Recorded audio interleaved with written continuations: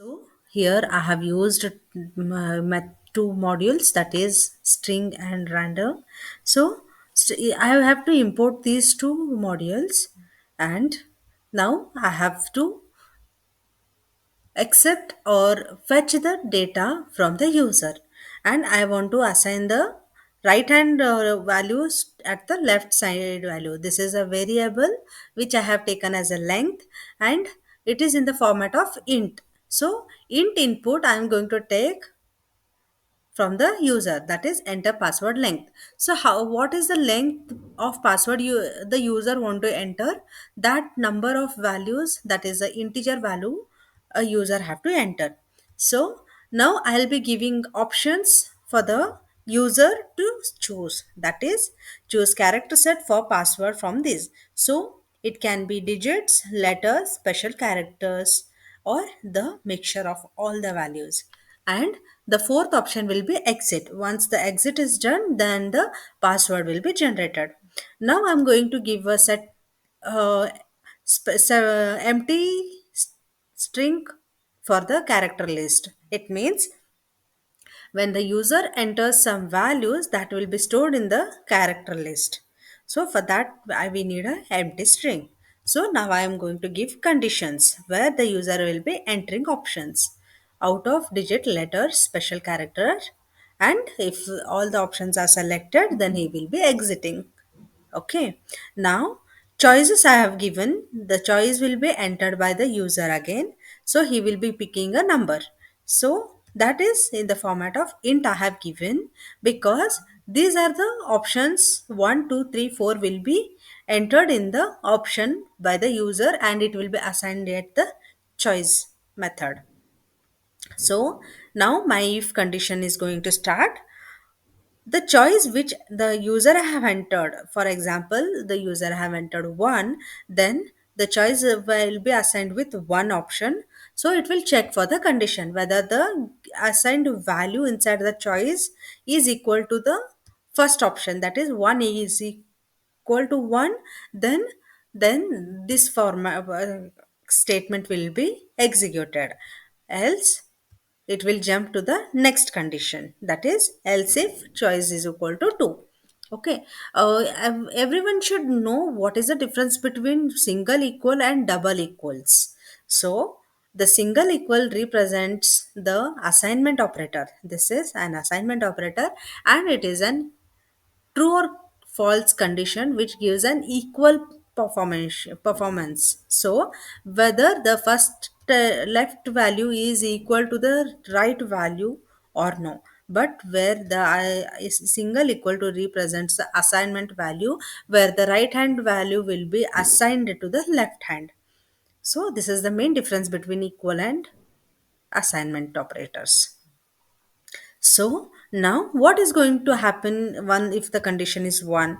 So the character list which I have initialized at the first, that will be having an empty string value that will be assigned with some value, that is string dot ASCII letters. So the ASCII letter is a predefined value that is present in the Python module, that is where I have imported string method. So inside that ASCII letter is present, that dot string value will be assigned to the character list, then it will print the result. Okay. Similarly, when the condition is true,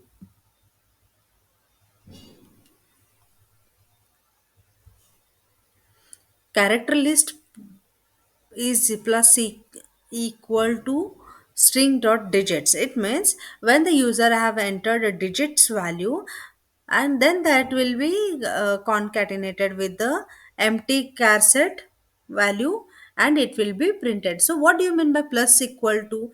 It means character list is equal to character plus digits. So it will be added with the empty string first, then it adds a digit value, then it will be stored in the left hand value. Okay. It is similar to the operation like char set. I'll just give a simple example. Equal to char set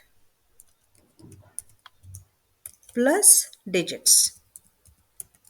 So this is how cassette is equal to cassette plus digits can be also written as this. Okay. Now, if this condition is satisfied, then it will jump to the last condition and it executes the password. Else, if the choice is 3, then the user have to enter 3 and he have to enter punctuation. What do you mean by punctuation? Punctuation means it is a set of special characters like star, hyphen, asterisk, parenthesis. These all are the special characters which I want to we or a user want to enter as a password. Then it will be converted as a string and it will be assigned at the character list.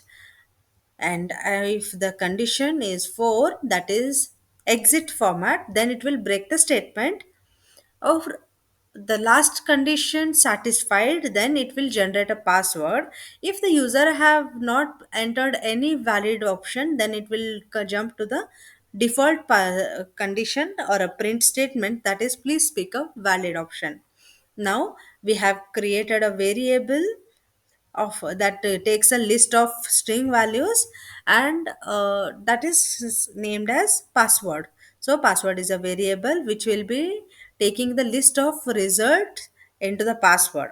Now I'm giving a loop of the value, then that is for I in range of length. So initially I have taken a length of the value. So this is the length which a user will be entering at the beginning only.